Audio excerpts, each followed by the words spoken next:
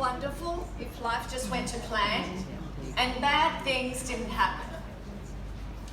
That would be so great, wouldn't it? But we all know life isn't like this. And things can happen unexpectedly and change our plans. Life was pretty good when I was growing up. It was simple. My parents ran a milk bar and worked 7 days a week, which left me and my brothers with lots of time to entertain ourselves. We'd go to the park and hang upside down on the monkey bars, or we'd play football and soccer with the neighbours, or we'd play pinball machine in our shop, or we'd ride our bikes. My eldest brother taught me how to ride my bike. He even took me to my first bar. It was so close. He was my idol. I met my husband when I was 18 and we got married at 20. I've done mostly administration roles from reception to managing an office. He ran a successful workshop and I did the paperwork and bookwork and marketing for many years. We moved into our first waterfront in Sydney at 35 and we had amassed a nice property investment portfolio.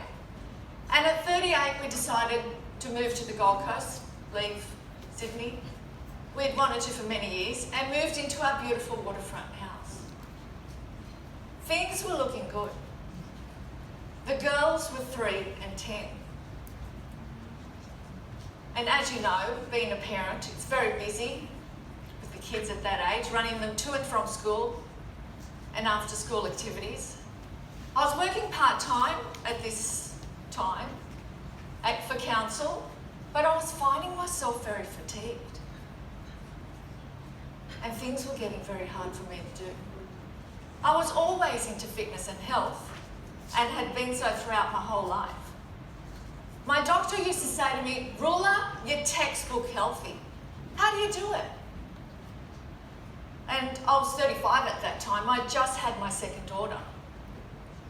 But here I was at 40 and I was losing weight and things were getting so hard for me to do. It was April 2007 and that was when my life changed forever. I was diagnosed with acute lymphoblastic leukemia. Without treatment, I had a few weeks to a few months to live. With treatment, I needed to have a bone marrow transplant. Without it, I only had 5% chance of survival. This storm was going to last for a long time, keep me away from my family, as I'd have to have treatment up in Brisbane immediately. Mum was with me, they'd moved from Sydney, and Dad was with the girls and my partner on the Gold Coast. I've fallen on my face so many times I've lost count. My donor, God bless his soul, he was from Germany, but he wasn't a good match. And because of this, I had a lot of complications. Years in and out of hospital with viruses and infections. I take 5 steps forward, only to get something happen and have to take 10 steps back. And this happened to me over and over. It was relentless. And that was probably the hardest thing because I'd get to a good place and something would happen and I'd have to start again from the bottom. After the transplant, I could barely walk up the stairs. I was so weak. I'd lost so much muscle mass and weight. My lungs were so weak, I couldn't walk very far. I'd be puffed out. And for many years, I had to inhale antibiotics or exhale into a machine to help build up my lungs. But when I got home slowly, I started paddling on my kayak. And then I started walking.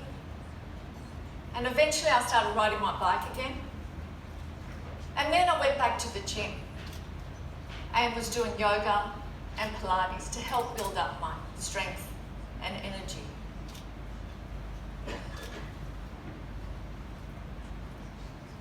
I almost went blind.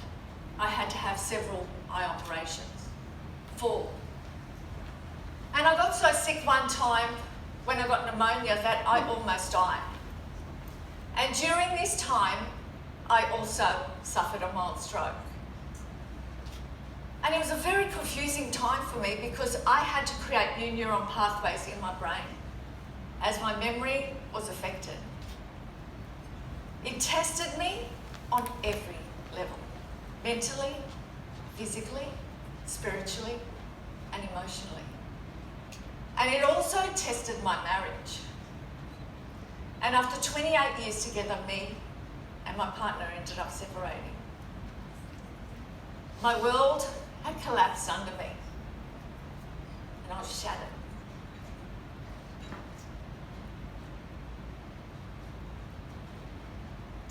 I found myself lost. My parents had moved back interstate at this time. And here I was trying to care for my daughters on very limited reserves of energy, as the chronic fatigue I had was debilitating. There were some days I couldn't even look after myself, let alone anyone else. It would take a very long time for the chronic fatigue to start to get better.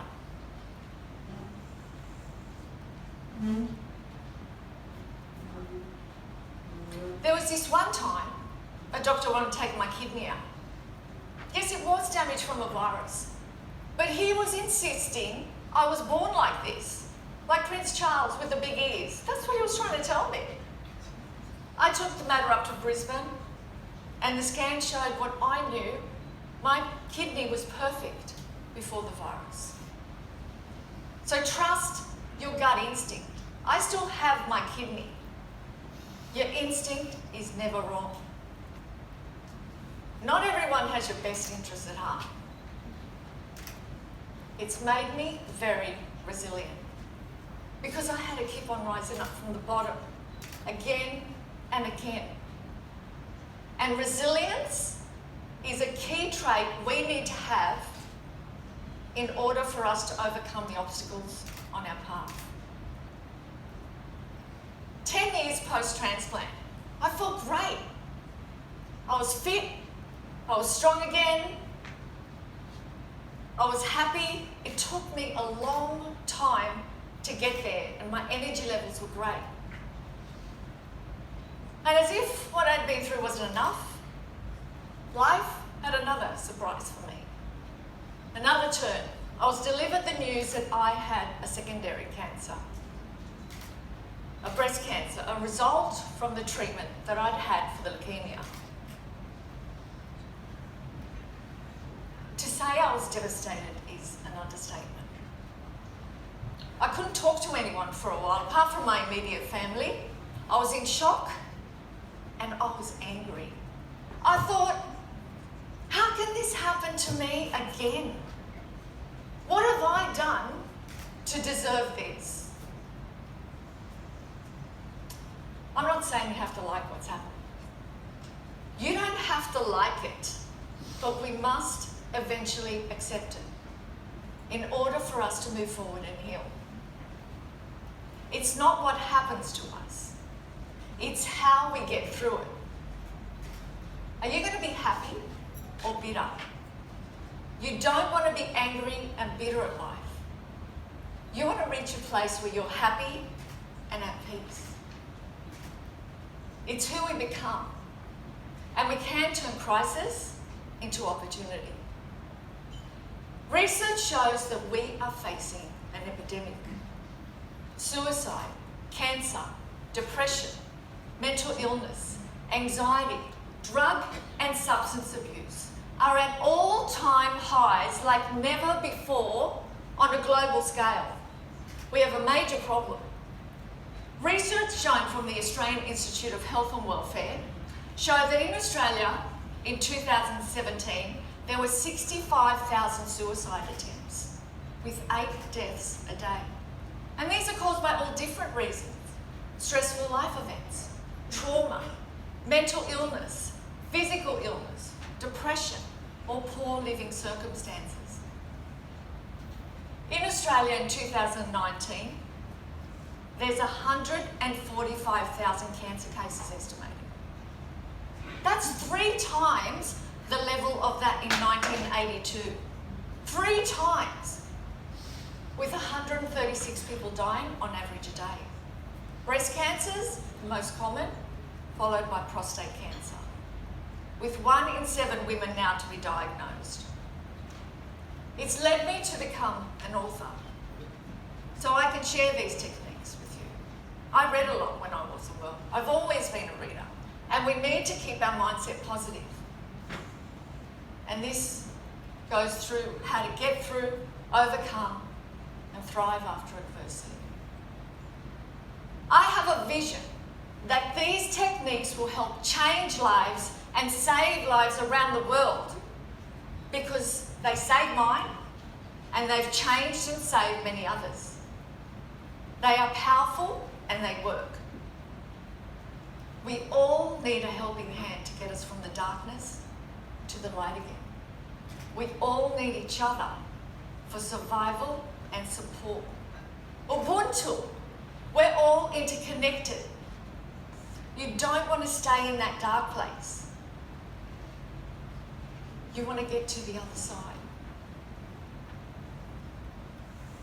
And that's why I'm out here sharing these resilience techniques and life skills. For a long time, I thought cancer was a burden. But now I see the gifts that it's given me. We can thrive after adversity. We can do everything and much, much more if we learn to look within. I'm grateful I'm still standing here. Most of my girlfriends in Sydney have passed away. And I've seen so many people pass since I was diagnosed. I got to experience both of my daughter's formals. I didn't even know if I was going to make it through that first year. I'm doing things I would have never done in a million years. I've overcome my major fear of speaking. I've been voted most improved speaker for Rostrum now for 3 years. I've represented the Gold Coast in the Arch Williams Convention in Brisbane for 2 years now. I'm an author and a speaker. I've spoken on the radio, at libraries and events, and on the Ignite International stage. Because I want to give back and help others with these resilience techniques.